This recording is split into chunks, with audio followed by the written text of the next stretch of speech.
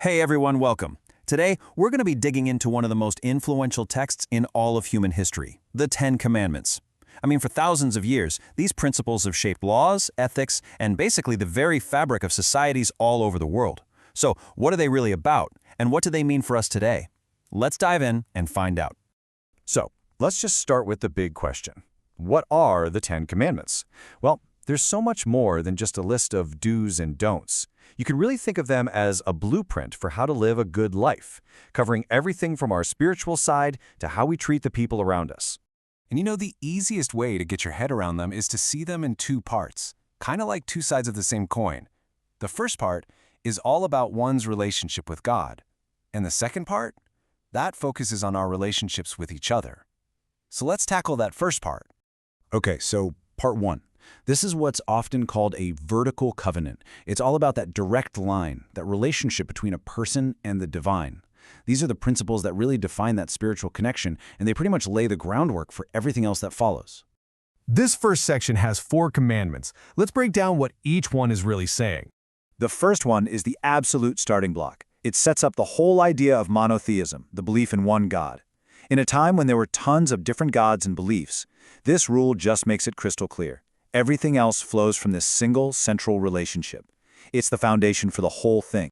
Now this one builds right on top of the first. It forbids idolatry. And the idea here is that the divine is something infinite, something you can't possibly capture in a physical thing you could make. So carving a statue or making an image to worship would actually limit and misrepresent what God is. It's really a call to focus on the Creator, not the creation. Okay, number 3. Now, a lot of people think this is just about not swearing, but it goes so much deeper. Taking the name in vain is really about not using God's name to back up your own lies, empty promises, or hurtful actions. It's about having integrity, making sure that when you appeal to a higher power, you do it with honesty and respect. And the last one in this section sets up the idea of the Sabbath, a day of rest. You have to understand, this was a totally radical idea at the time. It basically guaranteed that everyone, not just the rich, had a right to stop working, to recharge, to reflect. It's a huge statement about human dignity and the idea that there's more to life than just work. All right, now we make a big pivot. So if that first part was about our vertical relationship with God, this second part is all about our horizontal relationships with each other. This is the covenant with community, the rules for how we all get along. So here we go, the last 6 commandments. And honestly, each one is like a pillar that holds up a fair, functional, and ethical society. I think it's brilliant that this section starts with the family, the absolute core unit of any community. Honoring your parents isn't just about doing what you're told, it's about respecting experience, acknowledging the sacrifices that came before you, and creating this chain of respect that spreads out into the rest of society. It's the perfect bridge from the divine to the social.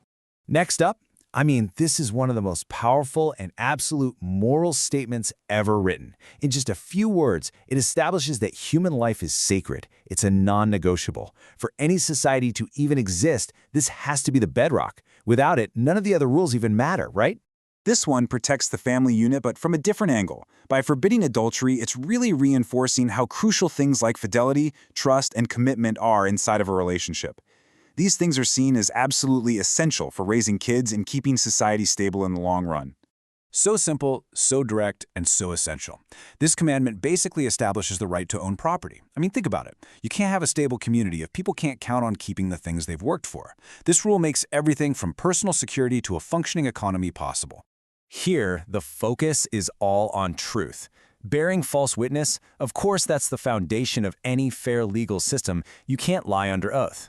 But it also applies to our day-to-day lives. It's about not spreading rumors, gossip, or lies that can totally wreck someone's reputation and tear a community apart. And now for the last one, which is really unique. It's not about an action you take. It's about a thought, a feeling. To covet means to have this deep, burning envy for what someone else has. This rule is so clever because it targets the root cause of so many other problems. That internal desire that, if you let it fester, can lead to theft, adultery, or even violence. To wrap things up, I want to share one last thing from our source material. It's not part of the original text, but it's a response to it. It's a prayer that a reader left in the comments, and it just shows you the powerful personal impact these ancient words still have on people today. You see, this prayer shows someone who isn't just reading the words on a page, but is feeling this deep personal call to actually live them out.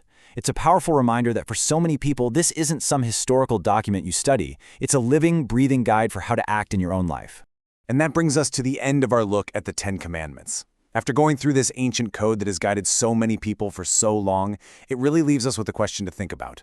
Whether they come from this text or from somewhere else entirely, what are the core principles that form your foundation? Thanks for joining me.